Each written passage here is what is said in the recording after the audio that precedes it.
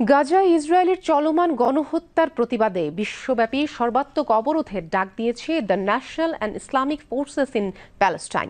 এরই ধারাবাহিকতায় আজ সারা দেশে চলছে নো ওয়ার্ক নো স্কুল কর্মসূচি।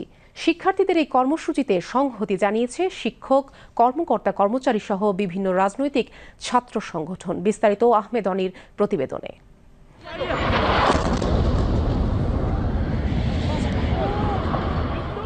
সাম্প্রতিক সপ্তাহগুলোতে গাজার বিভিন্ন এলাকায় ইসরায়েলের হামলার তীব্রতা উল্লেখযোগ্যভাবে বেড়েছে, বিশেষ করে দক্ষিণ গাজার রাফা শহরকে কেন্দ্র করে। 2023 সালের অক্টোবর থেকে চলমান এই নৃশংস হামলায় মৃতের সংখ্যা বেড়ে দাঁড়িয়েছে প্রায় 51,000-এ।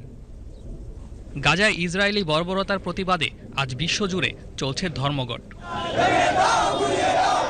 তারই প্রেক্ষিতে রাজধানীর বিভিন্ন এলাকায় আজ ফিলিস্তিনে ইসরায়েলি গণহত্যার প্রতিবাদে নো ওয়ার্ক নো স্কুল অবস্থান কর্মসূচি পালন করেন শিক্ষার্থী, শিক্ষক সহ সকল শ্রেণীর মানুষ।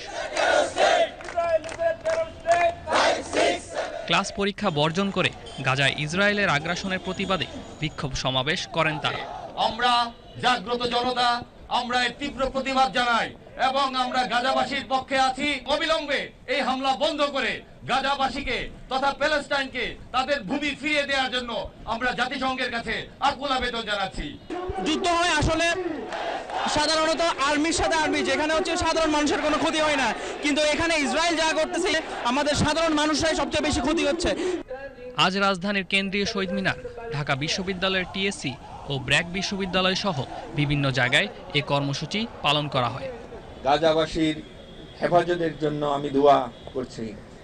আমরা বাংলাদেশের এই ভূখণ্ডের পক্ষ থেকে সমস্ত দল মত নির্বিশেষে সকল ধর্মের মানুষের পক্ষ থেকে এর তীব্র প্রতিবাদ জানাই, এর নিন্দা জানাই। তীব্র নিন্দা আমরা বাংলাদেশ থেকে জানাচ্ছি। আমরা মেডিকেল সোসাইটির পক্ষ থেকে অবিলম্বে এই যুদ্ধ বন্ধ করতে হবে এবং আমাদের রক্তে যে প্রবাহমান রয়েছে, আমাদের প্রবাহমান রক্ত থাকতে আমরা এই গাজার সাথে লড়ে যাব ইনশাআল্লাহ। আমরা এরকম ইসরায়েলি পণ্য আমরা আজকে থেকে বয়কট করব, যাতে আমরা ওদেরকে অর্থনৈতিকভাবে এরকম চাপে রাখতে পারি। ফিলিস্তিনের উপর অ্যাটাক শুরু করে তখনই আমাদের পুরো বিশ্ব একসাথে এইভাবে রাস্তায় নেমে ইসরায়েলের বিরুদ্ধে কথা বলা দরকার ছিল, আন্দোলন করা দরকার ছিল।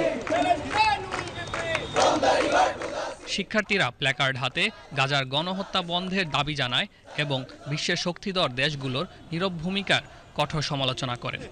যে বড় বড় যে সংগঠনগুলো রয়েছে, জাতিসংঘ, ওআইসি, আরব লীগের মতো সংগঠনগুলো বিগত দিনে তাদের ব্যর্থতার পরিচয় দিয়েছেন। তারা তাদের জোরালো ভূমিকা পালন করতে পারেননি বলেই কিন্তু এই যে 50,000-এর অধিক আমাদের যে ভাইয়েরা, বোনের এবং ভাইয়েরা কিন্তু সেখানে গাজায় কিন্তু শহীদ হয়েছেন। আমরা চাই না সাধারণ মানুষের উপর এভাবে গণহত্যা চালিয়ে যাক এবং ইহুদি রাষ্ট্র ইসরায়েলের বিরুদ্ধে এর তীব্র প্রতিবাদ জানাচ্ছে, যাতে করে কোনো নারী, শিশু ও সাধারণ মানুষের উপর কেউ নির্বিচারে এভাবে ঝাঁপিয়ে না পড়ুক। ফিলিস্তিন ভূখণ্ড এবং নারী শিশুর জীবন রক্ষায় ইসরায়েলি নির্মম বর্বর মানবতা বিরোধী নিধন যজ্ঞের বিরুদ্ধে বিশ্বের সকলকে ঐক্যবদ্ধভাবে এগিয়ে আসতে কর্মসূচি থেকে আহ্বান জানানো হয়। আহমেদ অনি, বিটিভি নিউজ।